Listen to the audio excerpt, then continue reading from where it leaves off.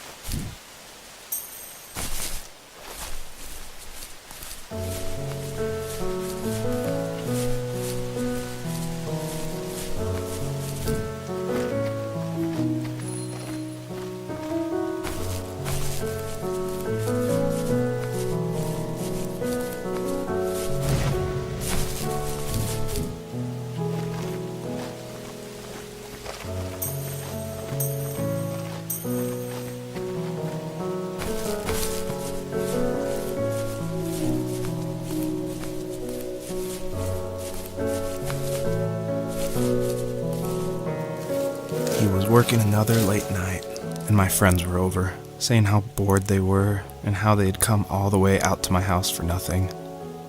One of them mentioned how that old, ugly beyond belief truck was still in the garage, and how we should take it for a spin.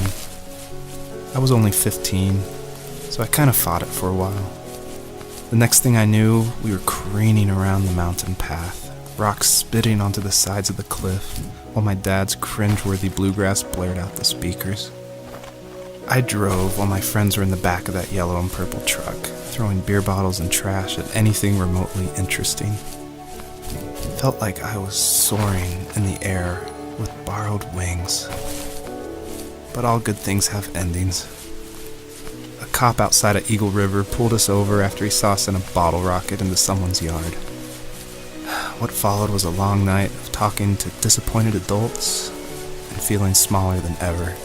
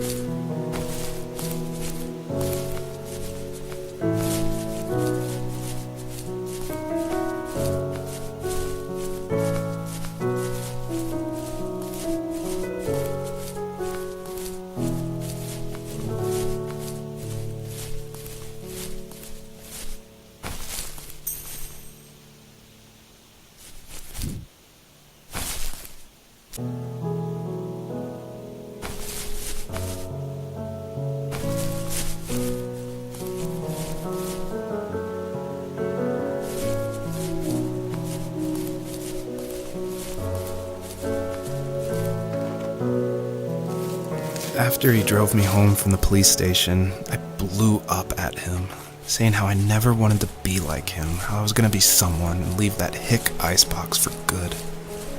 He just looked forward at the road with tired eyes. I took out that bluegrass tape from the cassette deck and chucked it out the window. In my sage teenage wisdom, I thought I proved the ultimate point, but my dad had a different idea.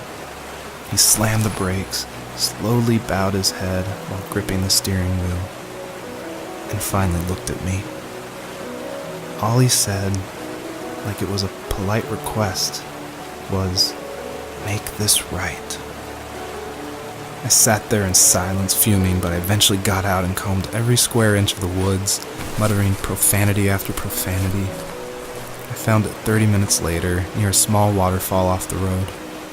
I went back to the truck, put the wet tape back in, and sure enough it worked. We didn't speak another word to each other the rest of the night. Wow, I knew you were a crazy teenager, but... It's hard to believe, isn't it? It surprises me too. It's like I didn't really know who that kid was back then. I bet my dad thought the same thing over and over. It's almost like he was saying, "Make this right," to himself, more than to me.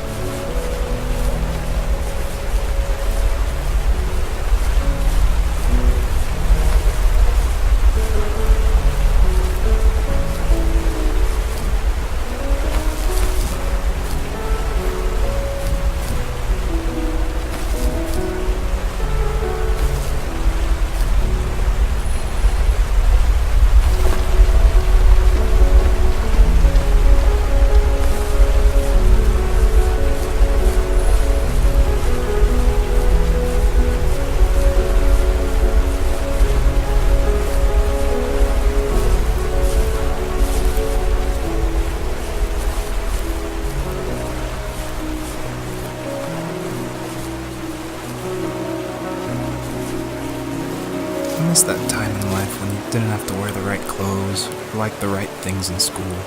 I miss when every kid in class liked what was important to them, even if it was wooden boats or cartoon animal notebooks.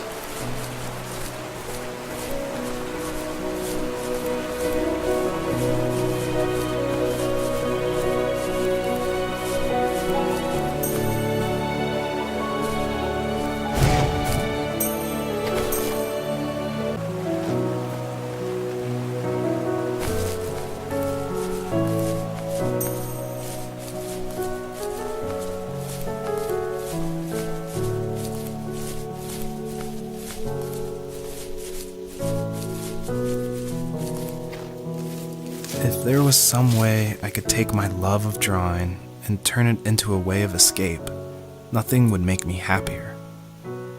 I wanted to create instead of tearing trees down. I wanted to move to the lower 48, not because I hated it there in Alaska, but I hated the idea of it. It's like all of that spite inside me had created this monster which followed me around my whole teenage years. I put so much energy into doing what others didn't expect of me. Why did I do that? There's one fact you're forgetting, though. If you didn't have that fire in you, we probably would have never met. You're absolutely right. Maybe the destination is all that matters in the end. But then why am I awake? Why am I seeing this fox go on her journey? And why can't I stop thinking about my dad?